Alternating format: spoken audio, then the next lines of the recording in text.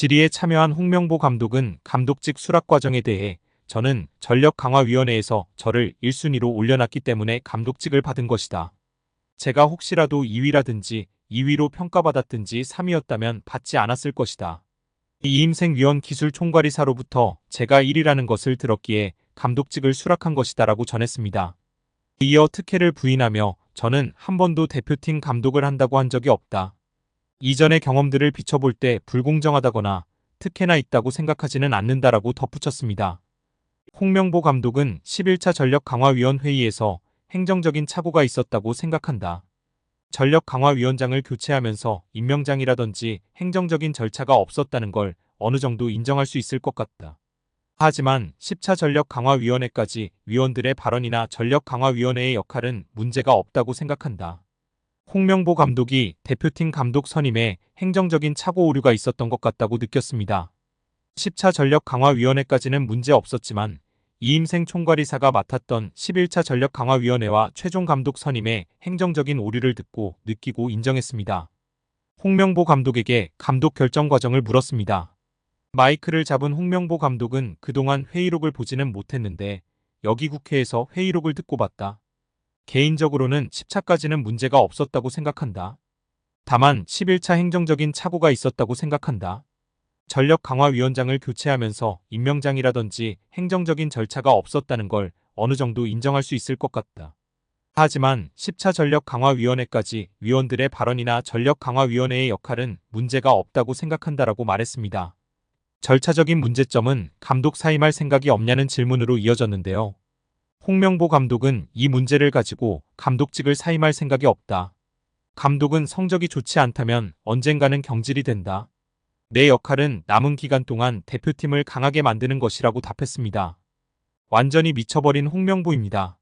절차상의 문제가 있다고 인정했고 그럼에도 불구하고 절차상의 문제가 있어도 자신은 사임할 생각이 없다고 충격 발언을 했습니다. 정말 답이 없는 홍명보입니다. 결국 홍명보 감독은 10년 만에 대표팀에 돌아옴과 동시에 외국인 지도자 버금가는 대우도 받습니다. 이임생 이사는 연봉 등 세부 계약 조건에 대해서는 밝힐 수 없지만 이제 한국 지도자들도 외국인 감독 못지않게 대우를 받아야 한다는 생각이라면서 외국인 지도자에 뒤지지 않는 계약을 체결했다고 전했습니다. 홍명보 감독은 지난해 울산과 프로스포츠 최고 연봉인 10억 원의 3년 재계약을 맺은 것으로 알려졌는데 대표팀을 맡으면서 더 많은 연봉을 수령할 것으로 보입니다. 직전 클린스만 감독의 연봉은 약 30억 원, 벤투 감독은 약 19억 5천만 원의 연봉을 받았기 때문에 최소 20억 원이고 최대는 30억 원 수준으로 예상받고 있습니다. 따라서 홍명보의 연봉은 최소 20억에서 최대 30억 원 수준이라는 것인데요.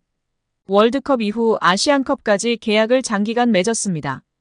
다만 월드컵 종료 후 중간평가를 갖기로 되어 있으나 경질한다 한들 남은 계약 기간 보존 금액하면 최소 30억 원이겠고 홍명보뿐 아니라 외국인 코치 2명도 생각하면 60억 원 이상이 나가겠네요.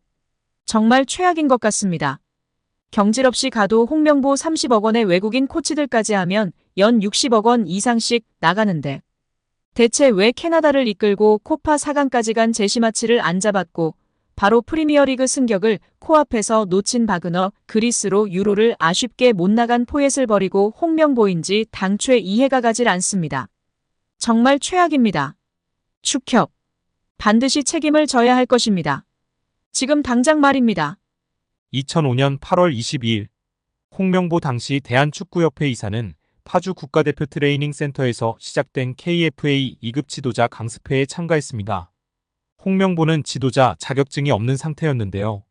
지도자를 할 생각이었다면 상급 지도자 자격증부터 따야 했습니다. 상급 지도자 자격증을 따면 유소년이나 초등학교 축구교실에서 지도자 생활을 할 수 있었습니다. 2급 지도자 자격증을 따려면 상급을 따고 2년이 지나야 했습니다. 하지만 홍명보에겐 예외 조항이 적용됐습니다. 협회는 국가대표팀에서 A매치 20경기 이상을 소화하거나 K리그 100경기 이상 출전한 경력자들에 한해서는 상급 지도자 자격증 없이 바로 2급 지도자 자격증을 딸 수 있게 했습니다. 2005년 9월 26일 협회는 딕 아드보카트 한국 축구 대표팀 신인 감독을 보좌할 코치 중 한 명으로 홍명보를 택했습니다. 지도자 자격증이라곤 전무했던 홍명보가 2급 지도자 자격증을 딴 지 3주 만이었습니다. 자격 논란이 불거졌습니다. 2급 지도자 자격증을 보유한 자는 중학교나 고등학교 팀만 지도할 수 있었는데요. 당시 KFA 규정에 따르면 대한축구협회 1급 지도자 자격증이나 아시아축구연맹 A급 지도자 자격증을 취득한 자만 대표팀 지도자로 일할 수 있었습니다. 협회는 당시 지휘권을 갖지 않는 보조 지도자 역할이기 때문에 홍명보 코치의 1급 자격증 취득 여부는 크게 문제될 것이 없다는 입장이었습니다. 지도자 경력이라곤 지도자 수업 3주뿐이었던 홍명보는 국가대표팀 코칭 스태프에 합류한 역사적인 사건이었습니다. 홍명보는 국가대표팀 코치를 맡은 지 1년이 채 지나지 않아 2006 독일 월드컵을 치렀습니다. 홍명보에게 국가대표팀 코치로 지도자 생활을 시작해 월드컵을 경험하는 데까지 필요했던 시간은 단 9개월이었습니다. 누군가는 평생의 꿈이 될 수 있는 월드컵을 경험하는데 홍명보는 속성 자격증 취득부터 돈으로 살 수 없는 월드컵 코치 경험까지. 정말 대단합니다. 이후에도 홍명보는 탄탄대로였습니다. 한국 축구에서 학명으로 가장 두드러진 인물이 바로 지금 이 시끄러운 와중에 축구 대표팀 감독을 맡은 홍명보 감독입니다. 박종환 감독이 대표팀을 이끌던 1995년 한국팀은 코리아컵 준결승전에서 예선에서 쉽게 승리했던 잠비아에 패했습니다.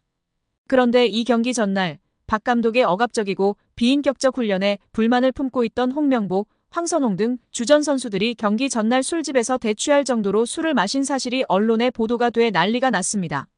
그래서 홍명보 선수 등은 징계 위기에 처했는데 이들은 그 제보자로 박 감독을 꼽았고 언젠가 안 갚음하리라 맹세했다고 합니다. 다음해 아시안컵 8강대 이란전에서 한국은 6대2로 참패하였습니다. 유례를 찾기 힘든 처참한 패배입니다. 특히 전반에 2대1로 앞서고 있었는데 휴식 시간 라커룸에서 무슨 일이 있었는지 후반에만 연속으로 5골을 먹은 것입니다.